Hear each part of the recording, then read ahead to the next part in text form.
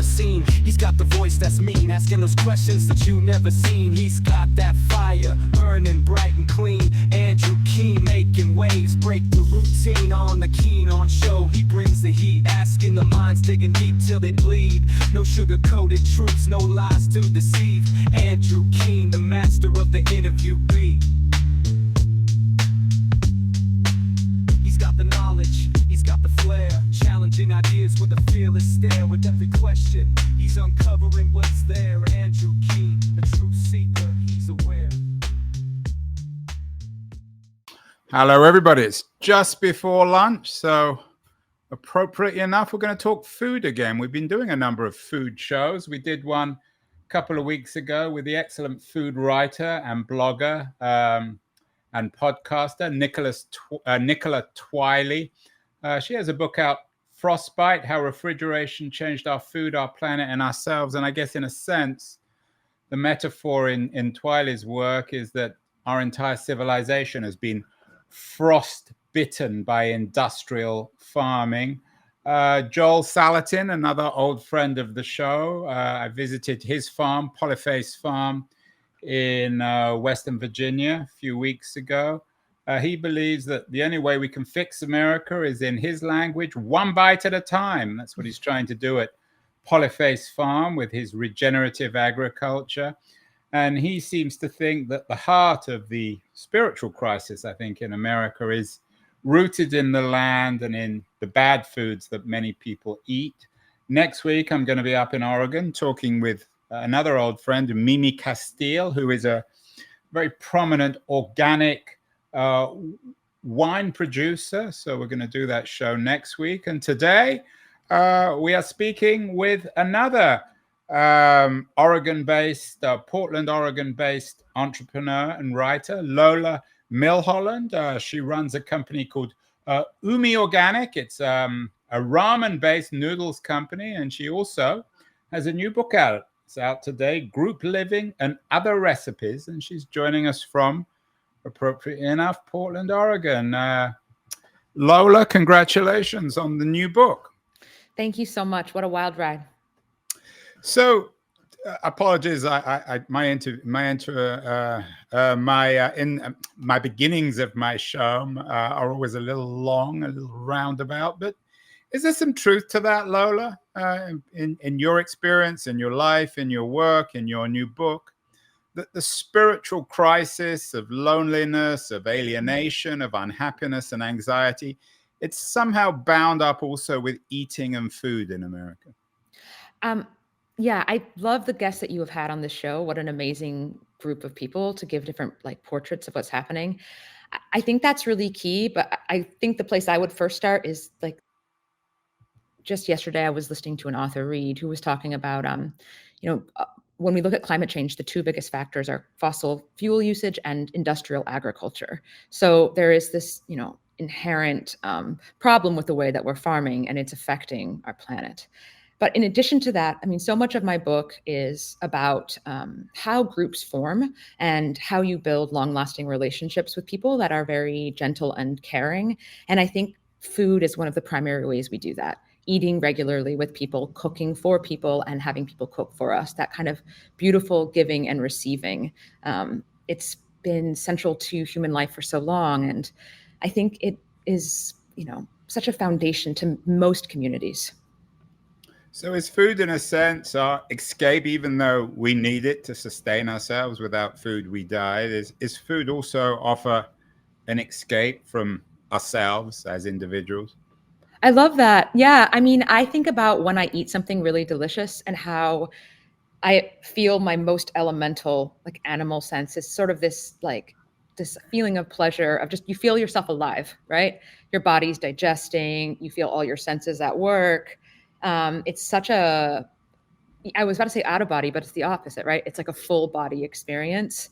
And food is so interesting, right? Because it is a tactile thing that literally gives us life, but it also informs the way that our cultures form and, the way that we use the land and how we connect to our histories, our various histories. And so it's working on all these levels simultaneously and also just keeping us alive. How is it? Lola, how's it shaped your life? You're as I said earlier, you're a food business owner, writer. You were the former editor for Edible Portland magazine. You live in Portland, which is very much of a food city, and you run Umi Organic, a noodle company. When did you discover food? What's your background? Well, my mom was a very early activist in the natural foods industry. She worked at Portland's first food co-op, which was called Food Front, long before I was born. And then she became the manager of a store called Nature's, which became New Seasons, which is a thriving grocery store here. And when I was around 7, she started working for Organic Valley. It's the largest farmer-owned co-op in the country, and just a really interesting model for how farmers can come together and find ways to survive in the face of commodity crop pricing. And so from my earliest memories, my mom would take me to grocery stores, and we would walk the aisles and check on the prices and see the competition. And I felt like I was raised in grocery stores. But in addition to that, both of my parents have like a really deep-rooted hedonism around food. Like they love to eat, they love to cook. They're so interested in the backstories around food. So I feel like I was raised in a household where food was very central to life. And I, being sort of bookish, wanted to take that into an academic direction. So when I was in college, I studied Japanese and specifically the history of beef in Japan. Beef was a product. They had cattle in Japan. They used it for farming, but they didn't eat it. It was spiritually verboten. And then when the US arrived, they sort of demanded that Japan become a beef-eating country. And that was sort of a spiritual crisis for the nation. And they made this choice to become one. And I was just so fascinated by that. And that was the moment when I think of any one moment when I realized that I wanted to think about food in much more rich and complex ways. It's interesting. It's embarrassing. I've forgotten the name of the author, but last year we did a show with somebody who'd written a book about how Japanese farming culture and the Japanese sense of the countryside has informed or should inform American environmentalism. You grew up in Portland, of course, which is one of the centers of the food culture and environmentalism in America. But what did you learn from Japan? I mean, so much. Japan is a very small nation, but hugely populated, right? And every part of Japan, every town has a distinct food culture that is deeply rooted and like a great sense of pride of place. So when I started the noodle business Umi Organic, I wanted to capture that idea, which is what grows well here? Why does it grow well here? What is the history of that? And how can something taste like a place? Like, how can it convey both the agricultural and geological situation of the landscape, but also the cultural terrain that the food comes out of? And I find traveling around Japan really moving because as you ride every train, there's some different lunch you get to eat that's telling you a story about where you are. Yeah, as you were speaking, I actually did a little bit of research and I found the interview from last year. It's with, I'm not sure if you're familiar with his work. It's Richard McCarthy, What Japan Can Teach Us About Urban Americans. His book, which I think it may have even been a couple of years ago, is called Kuni, a Japanese vision and practice for urban-rural reconnection. Of course, it's interesting that Japan is also an intensely urban society. I mean, I think Tokyo is probably the largest city, if not amongst the largest cities in the world. So do you think you have to have a kind of almost an overabundance of urban culture to begin to appreciate the countryside? What an interesting question. I was going to say no. I mean, right now, my mom lives in Wisconsin. She lives in a very rural place called the Driftless. It's very geologically distinct. And she feels so fulfilled being there. I mean, she seems like the city is very overwhelming to her. And I think, not that I think there's country mice and city mice, but I do think that we can attune ourselves to different environments. And I don't think you necessarily need the contrast of one to understand the other. But that is fascinating. I mean, Japan, another reason that Japan is interesting to me is that it's a country that has to import a ton of its food. So like almost all the wheat that's used for noodles in Japan is coming from the region where I live. And so there is this sort of like Which is agriculture that's there. in a sense, I guess, Lola, a little bit shameful that America is exporting product to Japan. And then you're Yeah, re-importing the idea back and the yeah. product, I guess, in a weird way back into the US. I mean, Did you ever, yeah. when you were growing up, you clearly had perhaps what some people might call as food correct parents. Did you ever rebel? Did you ever storm out of the room and say, I'm going to McDonald's? I have, yes, many, many times. And I have a heartbreaking memory of my dad taking a friend and I up to go huckleberry picking. We have huckleberries in the Pacific Northwest, and they're often at high altitudes. And it was something we did every year before school started on Memorial Day. And he had packed this beautiful lunch for us, but I had brought like a supersized bag of Doritos and just refused to eat any of the food that he had prepared. I just ate only Doritos till I felt sick. And I feel like, speaking to your, like, is it rural and urban that shapes things? I mean, I think that I had to go through that process and rebel in that way to find my way back. It was helpful to overdose a few too many times on salt and have, feel all the feelings. In terms of your parents, and we're going to come to the book in a minute, and this is all, Sure. in a sense, a build up to the book.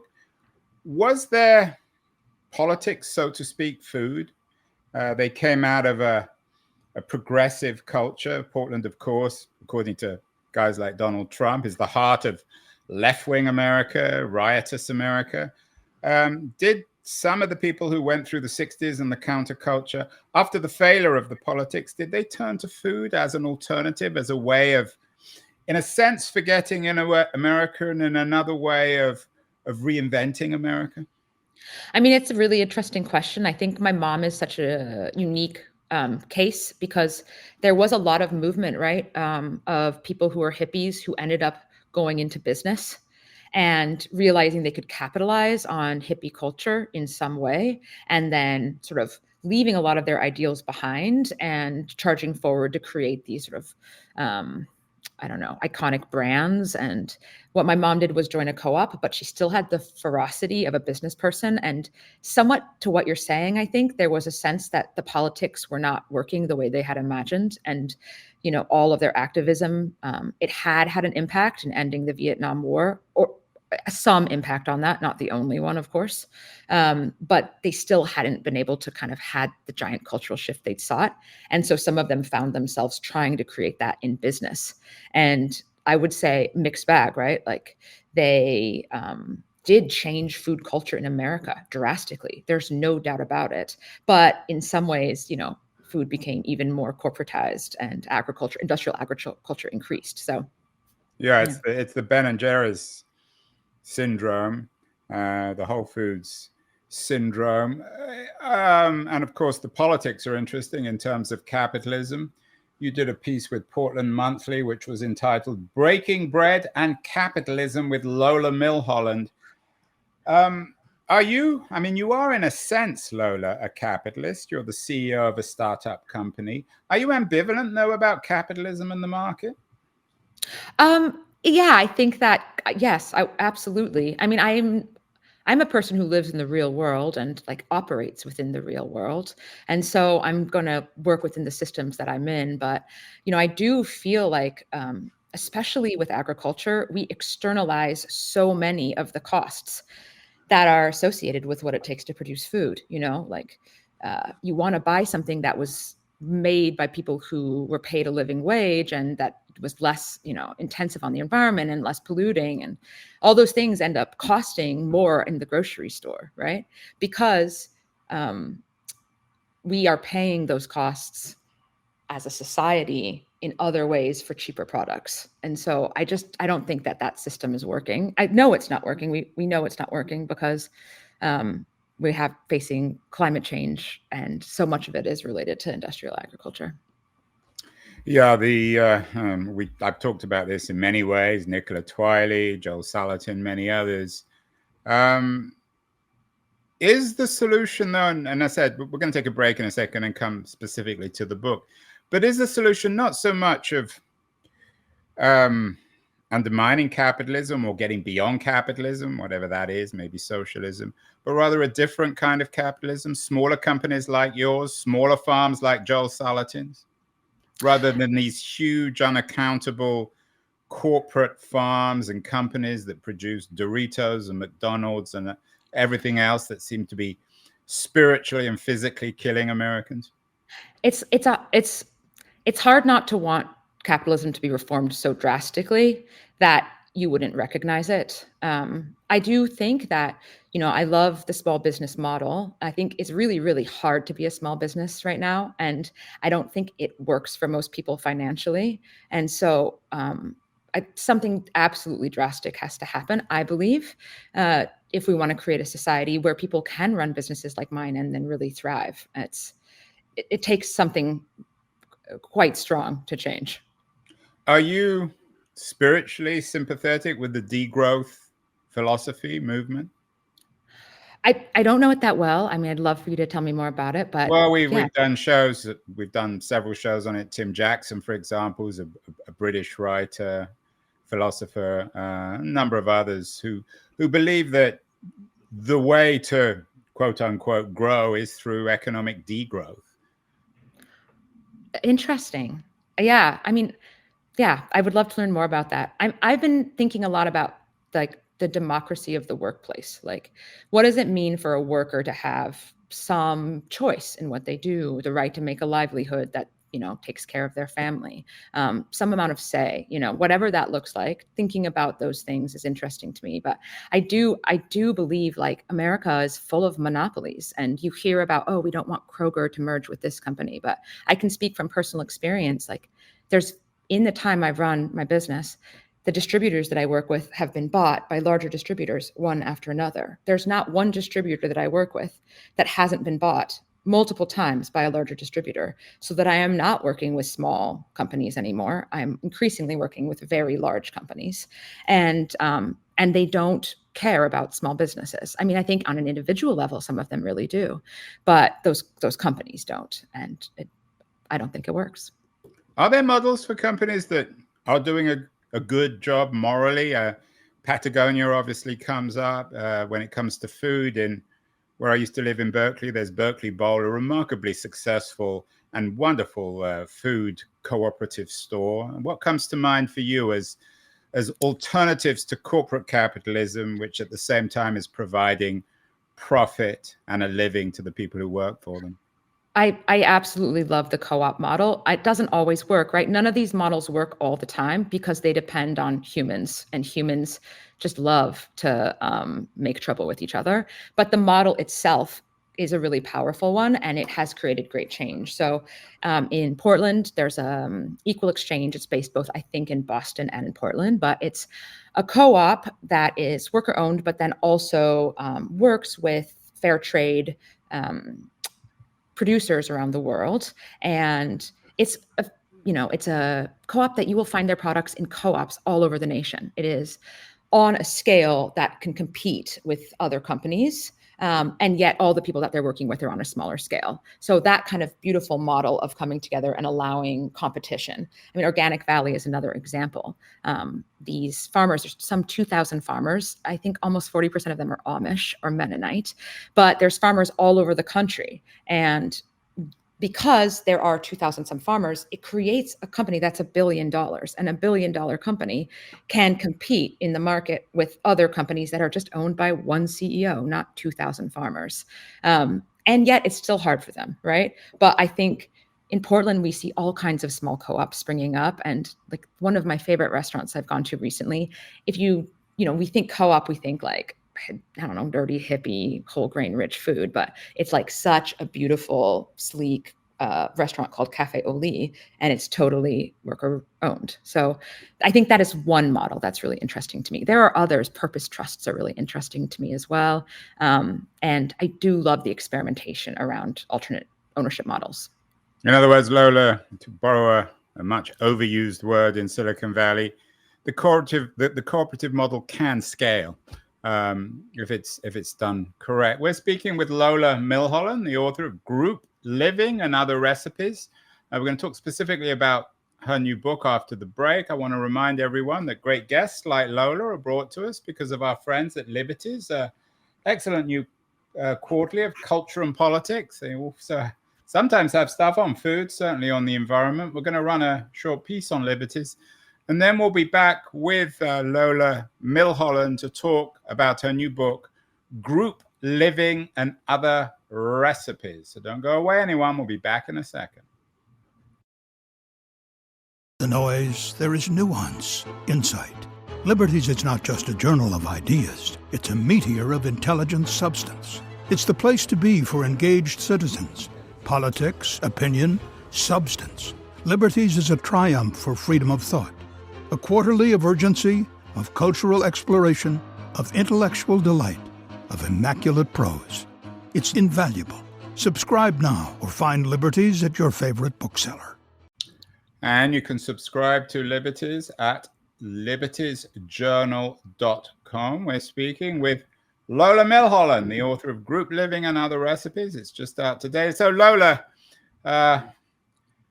the term group living might suggest some rather naughty things. What does it mean to you? What exactly is group living? Is that polyamorous in some way or other? I love that question. I think so many ways to answer it. I guess if we don't think about polyamory as just people all having sex with each other, just people who love each other, I'm going to go with yes, definitely polyamory. But I don't think group living is any one specific thing, although in my book I try to describe it, create my own definition for it. And the reason I started using that term is that I do live in a communal household. I live with my boyfriend of many years, my brother, a roommate, Chris. His partner comes in and out. My mom often stays with us, and sometimes other people as well. And my brother took up this refrain whenever things were kind of too dirty or someone had eaten his leftovers, where he would say, like, that's group living. And it was sort of a way for us to all acknowledge, the disappointments that can come with living with other people. And when I heard that, I thought, God, I feel really defensive. Like I love living in this household. And when I hear the terms group living, I think kind of what you're saying. I think like a guru who's having sex with every member in his cult, or I think like a filthy house of, 18 to 24-year-olds who never take out the garbage. And that's really not what my house looks like at all. Like there are abrasive things. Sometimes we accidentally do eat each other's leftovers. I think that happens in families too. But there is we're living in a moment in America where many people can't afford their own homes. And a lot of people end up living with other adult roommates. It's far more common. It's something like a third of American adults are living in some kind of setting where there is another adult living with them. And on the one hand, we can think about that as, disappointing. Oh, we're forced to live collectively, and like a financial necessity. And that is true. Like we have an unjust housing system, and America is built on this idea that everyone should be able to have property ownership, but many people can't afford it. And so there's that, right? There's that side of it. And one reason I live in my house is because it allows me to have the quality of life I want and pay a lower rent. But on the other side, I think, we're all being told, oh, you want the single family home, right? Like that personal wealth through property ownership. But maybe that isn't actually serving us. Like maybe people really are lonely. Maybe people feel isolated. Maybe there are reasons you might want to live communally before you become an elder, put into a group home. And practice those skills. So sort of interested in both of those things and teasing them out. Lola, many books have been written satirizing group living. The one that comes to mind for me is Thomas More's 16th century masterpiece, Utopia. Of course, the word utopia is taken from there. Is your book and perhaps your lifestyle, in a sense, and what you're arguing for in group living and other recipes, the other recipes you're presenting, both food-wise and non-food, are they utopian? Do you embrace the term utopian? Is your book a polemic in favor of group living? It's not a polemic in favor of group living. I just reject the idea that there's one system for everyone, neither the nuclear family nor group living. But I love that call to the Thomas More utopia. I mean, what an amazing concept that we've turned on its head.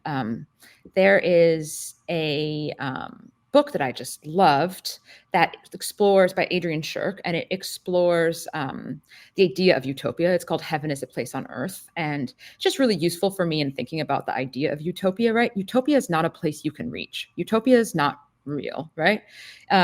It's not anything that lasts. Anything that lasts too long is going to become rigid, and over time, concentrated power will accumulate. And so often in American history, and I can't speak to other places, but utopian experiments have consolidated and then become something truly awful, right? That's like, there's a history of that repeats itself over and over again. And so, no, I don't believe we all need to be chasing this thing that is in its essence evanescent.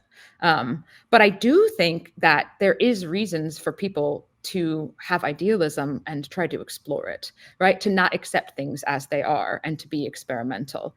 I don't think everyone should move into a group house together, but I think there are lessons to learn from people who live collectively and sort of figure out how to move with each other in those spaces. You've mentioned your parents in the first half of the show. They obviously both had a big influence on you.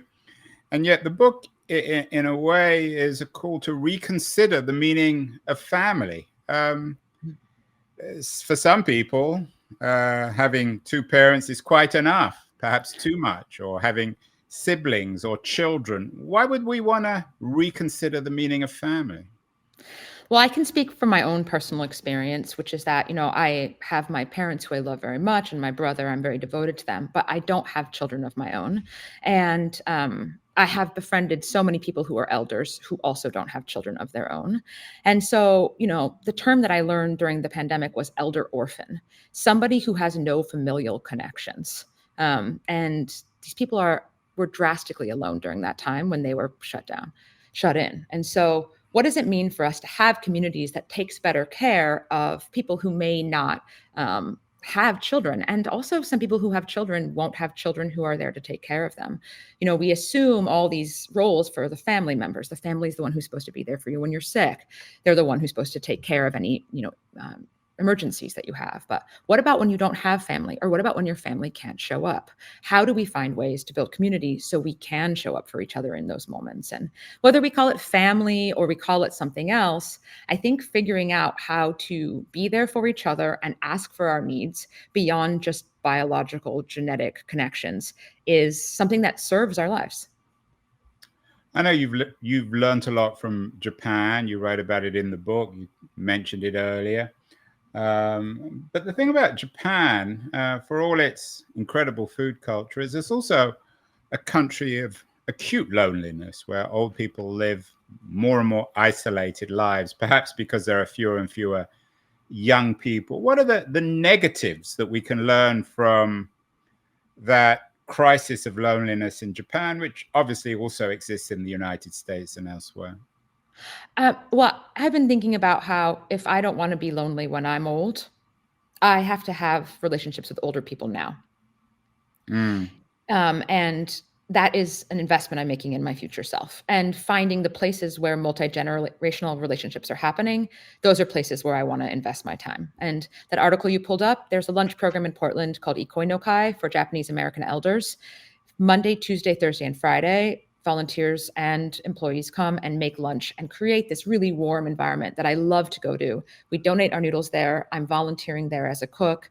I'm going there to just hang out with people and get to know them and be part of their lives. Maybe, I'll save some of my mushroom hunting harvest for them, or, brings back some razor clams from the coast. These things where I'm giving into a program that itself, I hope, will be there or something like it in the future. And that feels like a really important lesson to me.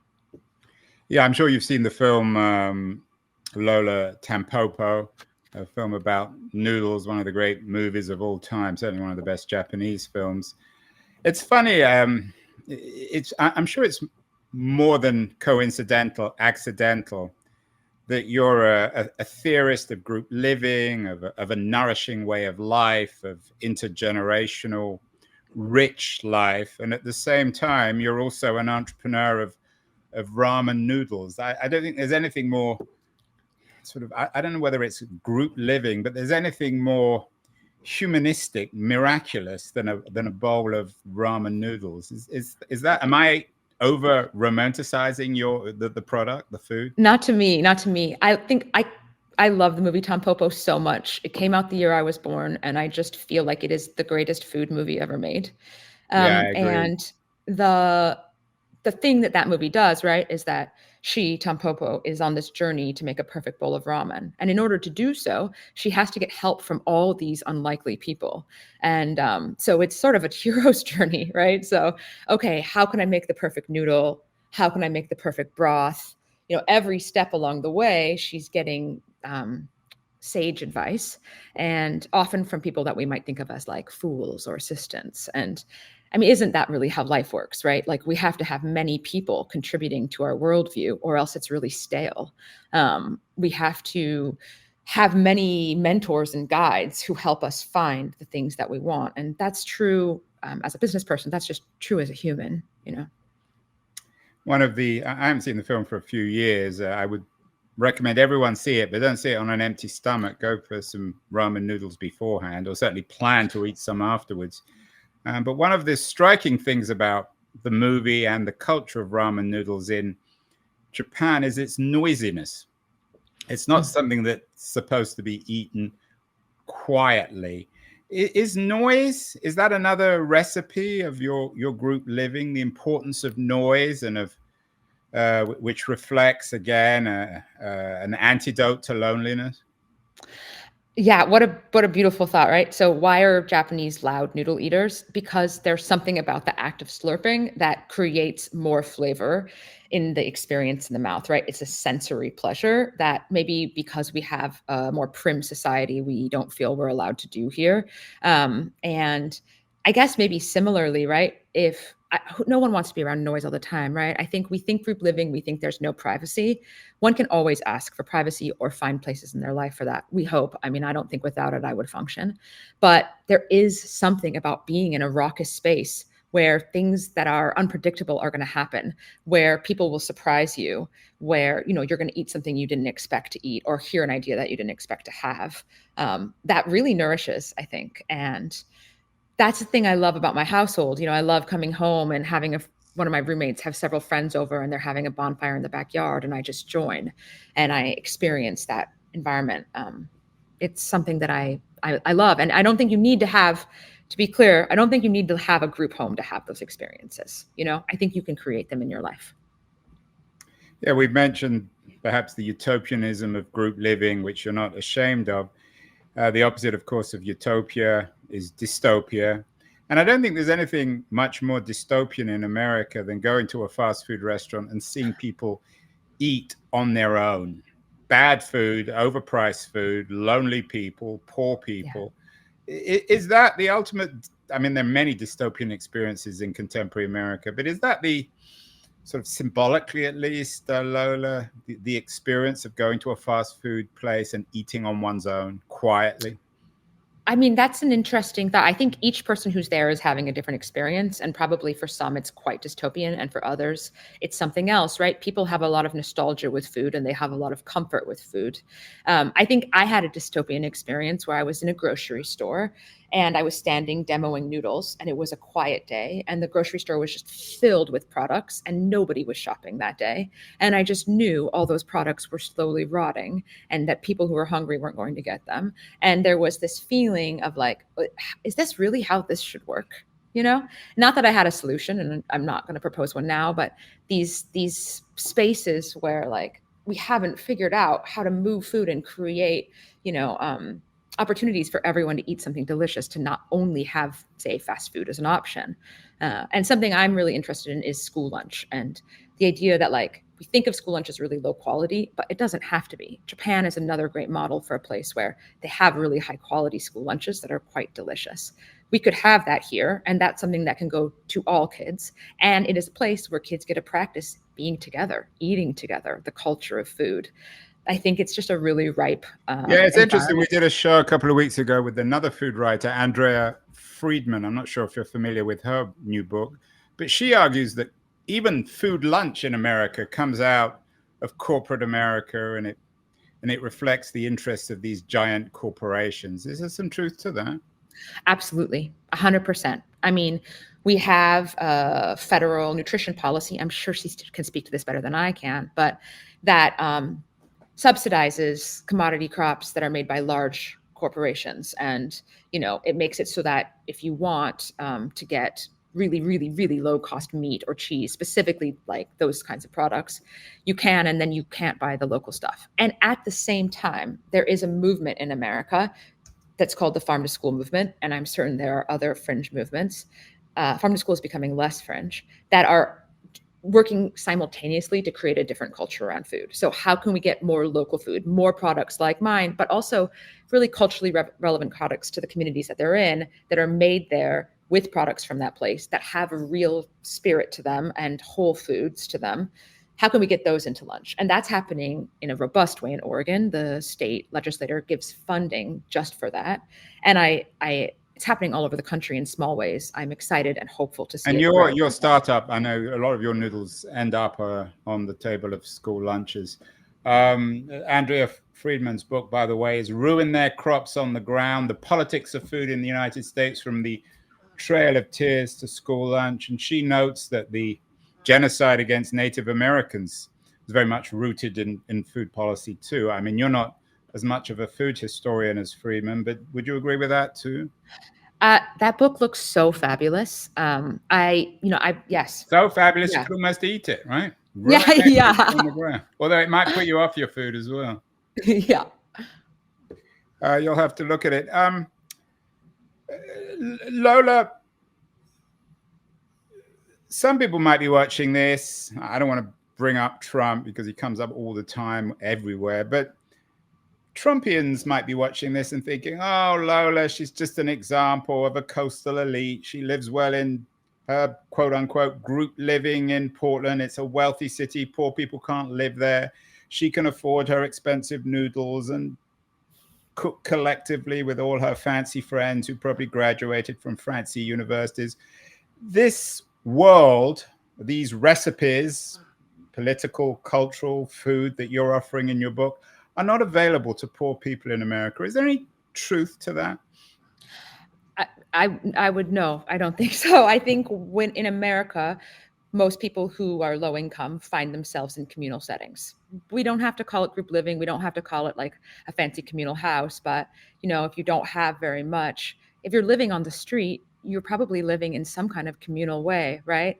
Like, I think it's just a rethink of what it means to sort of, we're talking about family and home, but how do we think about ourselves in groups, and how do we think about how we take care of ourselves and each other, And so I just would be shocked if you're, in a community that is voting for Trump, that there aren't people there who are also living in communal ways and multi-generational. What about the argument, Lola, apologies for jumping in here. What about the argument of what people call, and it may be not a Trump argument. I mean, it's perhaps in some ways it's more an argument on the left of food deserts. That if you live in the inner city in Los Angeles or perhaps Portland, San Francisco, Oakland, you don't have access to great food stores. You certainly don't have access to the Berkeley Bowls, and you can't afford the Whole Foods, and there aren't any Whole Foods in your neighborhood anyway. I mean, whenever I think about that, which I think there is, I've heard that term food apartheid as well. I think about the workers and people in America who just don't have enough money to be able to buy food that they deserve to be able to put into their bodies. And there's something very wrong about someone who's growing food and putting their body on the line, or working in a restaurant, not being able to afford the food that would nourish them. And so I just feel like that as a whole needs to change. And there are many ways towards that, but it's not just about making sure that in a economically depressed community there's a grocery store. Like, the food has to be affordable for them. It has to be food that they actually want to eat, and that's a whole system to think about. So Lola, I was going to call you Lola. Let's end with some concrete suggestions. A lot of people are going to be listening and watching this and thinking, oh, I might fancy group living, this sort of non-sexual, polyamorous way of life, but I don't know how to begin. How would you suggest it? As you noted, it's not just people necessarily moving in together. I think your group living is a kind of metaphor for a style of life. How do you begin this? Yes, exactly. I think a really important thing is having regular, and I would call them ritualistic events that you're doing with people frequently. And that could mean every week or every month, something where you're gathering, whether that's over food or playing basketball or going to trivia or showing up at your kids' events, where you're with people and you're seeing them over time and you're showing up for each other and you're asking for things. And, I think the classic example of that in America is small town church, right? But we lack, many people have that. And those places can be incredibly dogmatic and really interested in like in groups and out groups. How do we create opportunities for people to build those kind of communities outside of those settings if they want to?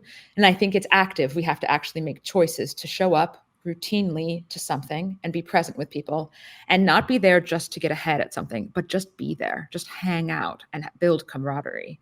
And I think the ways that we do that can look so diverse. But to me, that's the basis for how we build communities that we want to be part of. Yeah, Tocqueville came to America of the early 19th century, and he saw, I guess, what at that time was a kind of group living, and thought that's what enables democracy in an America where democracy, some people think, is in existential crisis. Is group living also a way of strengthening democracy? Yeah, I mean, I don't want to say group living is a panacea because it makes me sound like I'm wanting everyone to move in together again, which is not how I feel. But I do think real human relationships where we take care of each other and we also get taken care of, and we start advocating for our needs collectively, we start figuring out how to organize. I do think that that's the beginning of asking for more democracy politically and in other parts of our lives. Well, Lola Milholland, the author of Group Living and Other Recipes, as someone who's a strong advocate of noodles and of Tampopo, I don't think you'll find any arguments with me. Congratulations on the new book, and we'll have to maybe come up at some point to Portland and do an in-person interview. Thank you so much, and best of luck with the new book. Thank you so much for having me.